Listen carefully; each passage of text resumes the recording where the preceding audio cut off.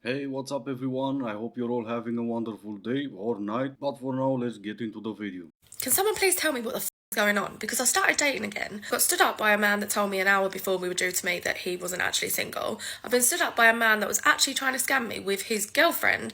However, I don't know what they were trying to actually get out of the situation. Then I met up with this guy like 3 times and he went on holiday, and then I let him know that I was going out and he accused me of being on a date and being with someone and sleeping in a hotel with someone. And then I met up with somebody's son who then told me that if I wasn't going to him, there was no point coming. On top of all that, I've got a girl that blocked me because I didn't reply fast enough. Another girl that I've told I'm not interested but keeps on messaging like every single day, like 3 times, 4 times, 5 times a day. And then I've got a couple that are messaging me every day. Hi, how are you? What are you up to? How's your weekend going? In the hopes that I'm going to have a threesome with them one day. And 1,000 unread messages on a swinger site. Where does that leave me? Well, apparently not looking at yourself and realizing what you're doing wrong, or what type of stuff you have on your dating app profile that attracts some of the biggest lunatics towards you. Sure, I could be wrong, princess, but it sounds like you might be the problem. This is the comment. I know my standards aren't too high because I meet them. Say that again, ladies. If you're settling, repeat this to yourself until you believe it.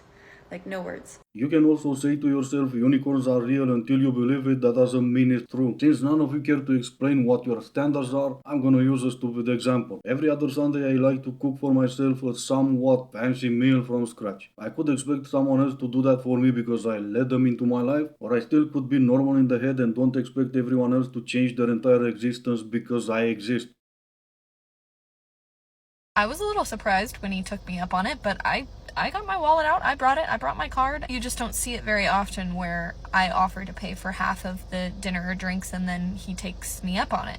The whole finance part of dating is probably one of the most confusing parts for me and the part that gives me the most anxiety. It is a little bit unfair of me to offer to pay half of the bill, but then when the guy takes me up on it, I don't talk to him again. It is a bit of a red flag if a guy doesn't pay for the first date. Do expect it on the first date, and if you don't do it, I'm not gonna talk to you again. When you're on a date and the check comes, do you offer to pay?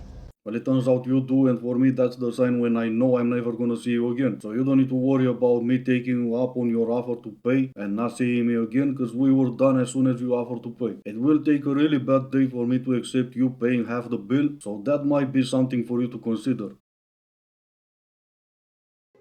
Hear me out.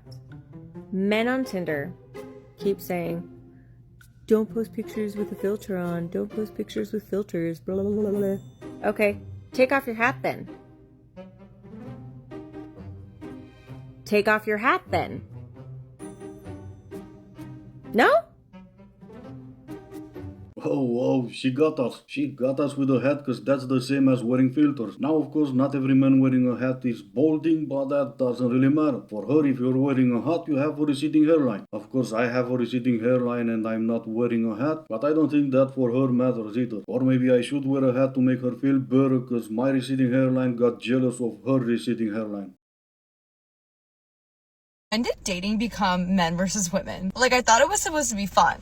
I posted a video about how guys don't really come up to girls anymore in bars. 80% of the comments were like angry men. And they're angry at women. Most of all the men are saying that women have put men down so much for trying to talk to them or like calling them a creep. And they're just like, I'm not gonna go up to women anymore. And this comment especially, we will not be fluffing your egos. That just feels like you hate women. I don't know, like, flirting and going out, it's not that serious. It's a little scary that so many guys think this way when majority of my friends who are all like normal 25-year-old women, none of us are putting guys down if they come up to us. If anything, we're like, oh my god, yay, but maybe he's just like not our type, or maybe, I don't know, there's something we learn about him that just doesn't fit what we're looking for. But in some way the narrative got twisted that they should almost like hate women. It's really fascinating and it's like really worrying to me. But at the same time, I know a lot of guys that don't think like that, and it's TikTok and the internet, so I always take everything with a grain of salt. But how did that happen? Like,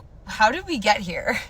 Well, I don't know. You think that comment about fluffing your ego is him hating you, so you tell me. I don't know about your friends and how great they are, but you're projecting your own hate on him because he had a different opinion. He could have been just indifferent to everything or to you, but you, of course, saw that as anger. If you see someone eating by themselves at a huge family restaurant, right? Some people may think, wow, that's so cool, that's so empowering, she's so independent. Some people might think, oh, she's so lonely, what is she doing? All of these things depend on so many factors of that person watching you. All of these opinions have nothing to do with me. The lowest common denominator of this experience is that I'm eating by myself. Everything else has nothing to do with me, and I have no control of these outcomes. I have no control of what these people think about me. So why should I care? You shouldn't, because none of those people walking to a restaurant thinking to themselves, oh, let's see what the strong and independent are doing. If there might be one inside here just maybe empowering herself. How big of a lunatic you have to be to think the entire world revolves around you? Or that all the people around you think about you? They don't. None of them care about you because they have their own things to worry about. If you want a traditional wife, then be a traditional man. You cannot ask for stay-at-home wifey privileges if you don't have stay-at-home wifey money. You want me to clean the kitchen? I'm happy to clean the kitchen if I get to wake up at 10, I get to clean the kitchen, I get to go lounge by the pool, and then you come home at night. Like, sure, no problem. But if I'm waking up at the crack of dawn with you, we're both going to our two very demanding jobs, and then coming home, don't ask me for anything you're not willing to do. I cannot imagine how their homes look when cleaning the kitchen is the biggest argument. With them, even if you do have the stay-at-home wifey money, they're still gonna have reasons to be mad about. Not even that long ago, they were arguing that they should be financially compensated for being stay-at-home wives. But on the other side of the insanity, there's someone like this. Someone told me that because I'm a stay-at-home mom and my husband pays all the bills that I'm oppressed. I can't even say that with a straight face. Yeah. Says the one that can't even get someone to marry them. What are you talking about? Do you see this? Do I look oppressed to you? I haven't touched a gas nozzle in 8 years. I have not pulled out my card to pay for anything in 8 years. If this is what oppression looks like, then sign me the up. Are you dumb or are you stupid? My number one tip in getting anything in life, do that thing that scares you the most, because no growth or amazing things happen inside your comfort zone. So do the thing that scares you, because you don't know what opportunities are on the other side.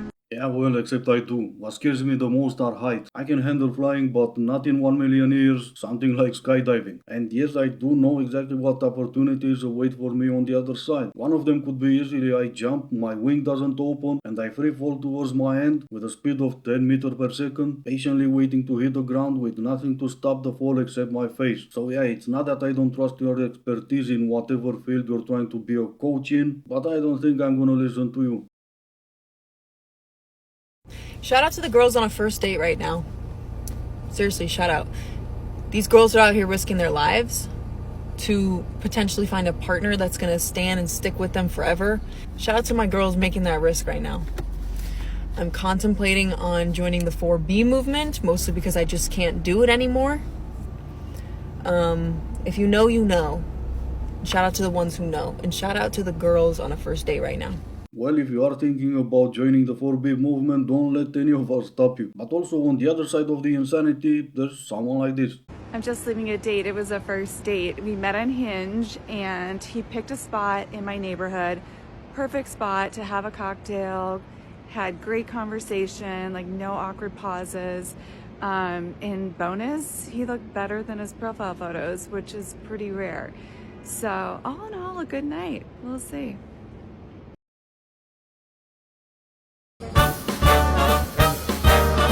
Alright, this is gonna be it for today. As always, I do hope you enjoyed it. If you didn't, I still appreciate you for making it this far. Thank you all so much for watching. Stay safe and I will see you in the next one.